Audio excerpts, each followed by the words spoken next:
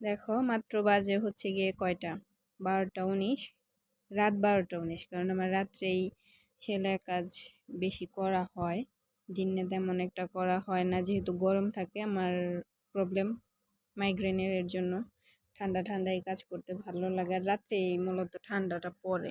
এই যে আমি বাচ্চাদের একটা সালোয়ার বানাইছি, লেন্থ হচ্ছে গিয়ে কত, 27 ইঞ্চি লম্বা। এই যে আমি এই ডিজাইনটা করছি, দেখো কেমন হয়েছে। এই যে এই পাশে মানে 3টা দিছি, 2টা ছোট আর একটা বড়। এই যে দেখো কেমন লাগতেছে বলো তো, কেমন হয়েছে সেটা অবশ্যই কমেন্ট করে বলবা। এমন ডিজাইন পেতে ইচ্ছুক